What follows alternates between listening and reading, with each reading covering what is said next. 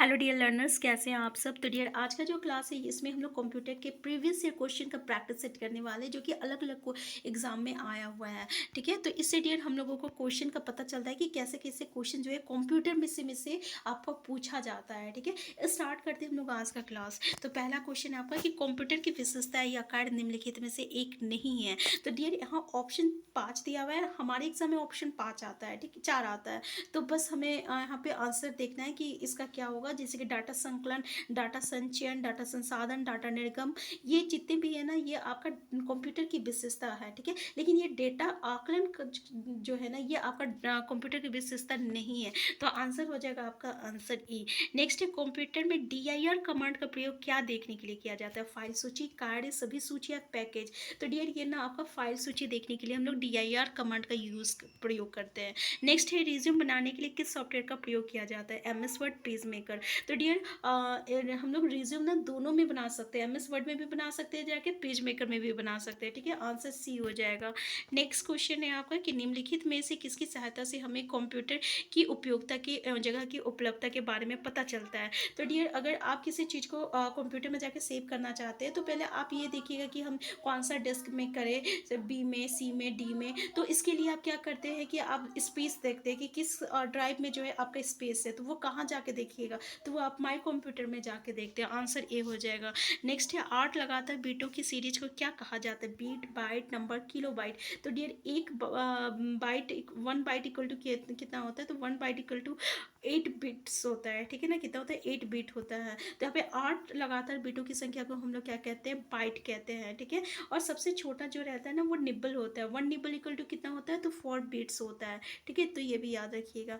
Next है computer की light चलने के बाद उसे कार्यशील बनाने की प्रक्रिया को क्या कहा जाता है। Application, system, step, boot step. तो डियर बूट स्टेप इसको हम लोग बायोश या बूटिंग भी कहेंगे। इसमें क्या होता है ना, जैसे कंप्यूटर लाइट चलता है, इसमें क्या होता है आपका ऑपरेटिंग सिस्टम लोड होने लगता है और जितने भी हार्डवेयर जो रहता है वो एक दूसरे के साथ कनेक्ट होता है। ठीक है, और कंप्यूटर को रहता है रेडी बनाता है वर्क करने के लिए, इसको हम लोग बूट स्ट्रैप कहते हैं।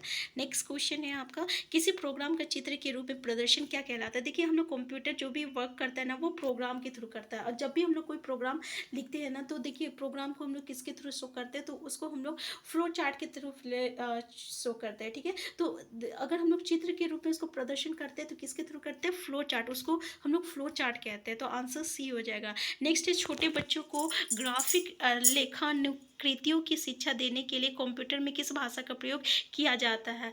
पायलट का, सी का, लोगो का, या कोमाल का। तो यहाँ पे हम लोग क्या है, ग्राफिक जो दिखता है ना उसको हम लोग क्या कहते हैं, लोगो कहते हैं। क्या कहते हैं डियर, लोगो कहते हैं। आंसर सी हो जाएगा, सी हो जाएगा।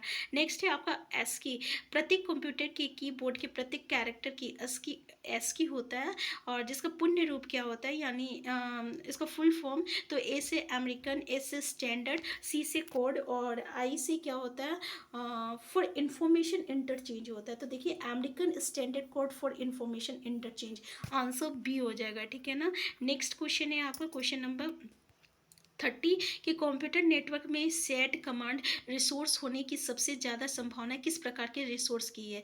प्रिंटर की, स्पीकर की, फ्लॉपी डिस्क ड्राइव की, कीवर्ड की, इनमें से कोई नहीं। तो प्रिंटर की याद रखिएगा। ठीक है, नेक्स्ट इनमें से कौन सा यूनिट स्टोरेज मापने के उपयोग में लाया जाता है। LB, MG, TB, सी और CHZ या SB। तो TB का जो है हम लोग स्टोरेज मापने का प्रयोग में लाते हैं। नेक्स्ट है एक्सेस सीरीज, जिस स्थान पर सिस्टम यूनिट से जुड़ते हैं उसे क्या कहते हैं। तो यानी जिस पे सिस्टम यूनिट से जुड़ते हैं उसको हम लोग क्या कहते हैं, पोर्ट, रिंग, बस, यस, चिप, उसको हम लोग पोर्ट कहते हैं। ठीक है, नेक्स्ट है आपका कौन सा हार्डवेयर का आइटम नहीं है। तो देखिए हार्डवेयर का आइटम कौन सा नहीं है, MP3, keyboard, disk drive, monitor. देखिए हार्डवेयर उसको होता है ना, जैसे कंप्यूटर का 2 पार्ट होता है, एक हार्डवेयर एक सॉफ्टवेयर होता है। हार्डवेयर इसको होता है जिसको हम लोग देख भी सकते हैं और छू भी सकते हैं। तो कीबोर्ड को भी देख सकते हैं, छू सकते हैं, मॉनिटर को भी। ठीक है ना, MP3 और डिस्क ड्राइव को भी। तो हम लोग ये MP3 को नहीं देख सकते हैं, तो ये कैसा हो जाता है, ये सॉफ्टवेयर हो जाता है। ठीक है ना, जिसको हम लोग देख नहीं सकते, छू नहीं सकते, वो क्या होता है, सॉफ्टवेयर हो सकता है। तो MP3 जो है ये आपका हार्डवेयर का आइटम नहीं है। देखिए HTML ये हमेशा पूछा जाता है, बहुत ईजी है कि HTML का फुल फॉर्म क्या होता है। H मतलब हाइपर होता है, T मतलब टेक्स्ट होता है, M मतलब मार्कअप होता है और एल मतलब लैंग्वेज होता है, तो हाइपर टेक्स्ट मार्कअप लैंग्वेज होता है। आंसर सी हो जाएगा। नेक्स्ट है, निम्न में से कौन सा पासवर्ड के बारे में सत्य नहीं है? पासवर्ड छोटे बड़े अक्षरों और अंकों का मिश्रण होना चाहिए। दूसरा बोल रहा आपका कि पासवर्ड की लंबाई कम से कम 6 कैरेक्टर की होनी चाहिए। तो ये जो है ना, ये गलत है कि पासवर्ड की लंबाई जो है कम से कम 6 कैरेक्टर की होनी चाहिए। ठीक है, तो आंसर बी हो जाएगा। नेक्स्ट है, इनमें से कौन सा सीपीयू का भाग है? तो सीपीयू का भाग कौन है? Keyboard, printer, tape. ये कीबोर्ड जो है ये नहीं भाग है, ठीक है ना, प्रिंटर और ये टेप। तो एएलयू जैसे ये क्या हो जाएगा? Arithmetic logic unit. ठीक है, तो सीपीयू का भाग क्या हो जाएगा आपका? अर्थमेटिक लॉजिक यूनिट हो जाएगा, कंट्रोल यूनिट। ठीक है ना, तो ये आंसर क्या हो जाएगा? आंसर डी हो जाएगा। एएलयू जो है ये आपका सीपीयू का भाग है। और सीपीयू को हम लोग क्या कहते हैं? ब्रेन ऑफ द कंप्यूटर कहते हैं। और जितना भी मैथमेटिकल कैलकुलेशन रहता है वो कौन करता है? तो आपका अर्थमेटिक लॉजिक यूनिट करता है, एएलयू करता है। ठीक है ना, तो सीपीयू का 3 पार्ट होता है, ALU, CPU sorry arithmetic logic unit, control unit, storage unit होता है। ठीक है, नेक्स्ट है आपका सिस्टम यूनिट में रीसेट बटन का प्रयोग किया जाता है कंप्यूटर को बंद करने के लिए, कंप्यूटर को चालू करने के लिए, कंप्यूटर की सप्लाई को बंद किए बिना पुनः चालू करने के लिए। तो रीसेट बटन जो है ना, यानी उसका सप्लाई तो हम लोग बंद नहीं करते, उसको फिर से हम लोग चालू करने के लिए ये जो है रीसेट बटन का प्रयोग करते हैं। ठीक है, 37। नेक्स्ट है 38 का कि कंप्यूटर का फ्लॉपी ड्राइव किस प्रकार का कोलन ड्राइव कहलाता है? तो फ्लॉपी ड्राइव जो है DBAC, ये डी ड्राइव कहलाता है। नेक्स्ट है आपका डॉस का उपयोग क्या है? इनपुट तथा आउटपुट कार्यों को नियंत्रित करना, यूजर तथा कंप्यूटर के बीच संबंध स्थापित करना। तो देखिए डोस क्या होता है? डिस्क ऑपरेटिंग सिस्टम होता है, एक तरह का ऑपरेटिंग सिस्टम होता है। तो ये यूजर और कंप्यूटर के बीच में आपका संबंध स्थापित कर रहा है, क्योंकि ऑपरेटिंग सिस्टम एक इंटरफेस होता है between the user and the computer. तो डिस्क भी वही कर रहा है, क्योंकि ये एक ऑपरेटिंग सिस्टम है, तो ये एक तरह का संबंध स्थापित करता है। जब ये संबंध स्थापित कर रहा है तो इनपुट तथा आउटपुट दोनों कार्य को नियंत्रण कर रहा है ना। तो आंसर क्या हो जाएगा? आंसर आपका सी हो जाएगा। ठीक है, नेक्स्ट कंप्यूटर क्वेश्चन है आपको, क्लोज बटन क्या है? इस पर क्लिक करने से डायलॉग बॉक्स डॉक्यूमेंट जो विंडो पर खुल रहा है बंद हो जाता है। विंडो जो टाइटल बार के अंत में मौजूद रहता है और एक्स जैसा छोटा बटन, तो ये सारा हो जाएगा क्लोज बटन। आंसर क्या हो जाएगा? आंसर आपका डी हो जाएगा। नेक्स्ट है आपका, आजकल सबसे ज़्यादा प्रयोग में आने वाले